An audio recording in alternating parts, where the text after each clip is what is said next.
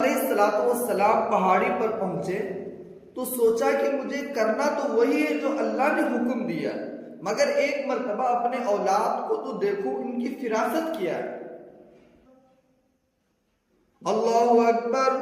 کسی شاعر نے کیا خوب کہا ہے، پہاڑی پر سے دی آواز اسماعیل ادھر آؤ، آ کر خدائے پاک کا ارشاد سن جاؤ۔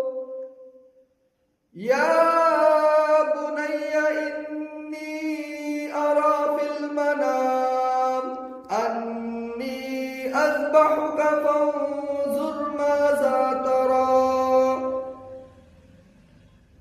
او میرے بیٹے، میں آپ سے ایک مشورہ لینا چاہتا ہوں، آپ کی اس میں رضا کیا ہے؟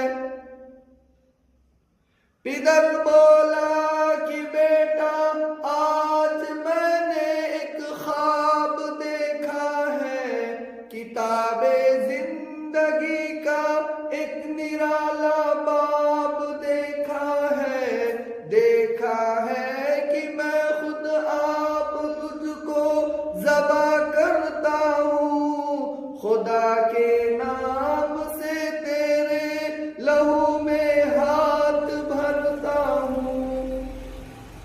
او میرا بیٹا، میں نے خواب دیکھا ہے، ایک سپنا دیکھا ہے، ایک اللہ میاں کا اشارہ پایا ہے، میں تجھے اللہ کے نام پر ذبح کر رہا ہوں، آپ کی کیا رائے ہے اس میں؟ اللہ اکبر!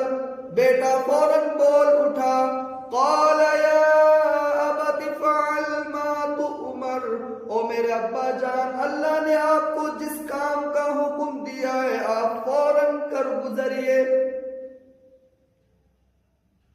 آپ یہ نہ سوچئے کہ میں بھاگ جاؤں گا، میں دوڑ جاؤں گا، میں آپ سے ناراض ہو جاؤں گا، بلکہ بیٹا کہتا ہے ستجدنی انشاء اللہ من الصابرین، آپ مجھ کو صبر کرنے والوں میں سے پائیں گے۔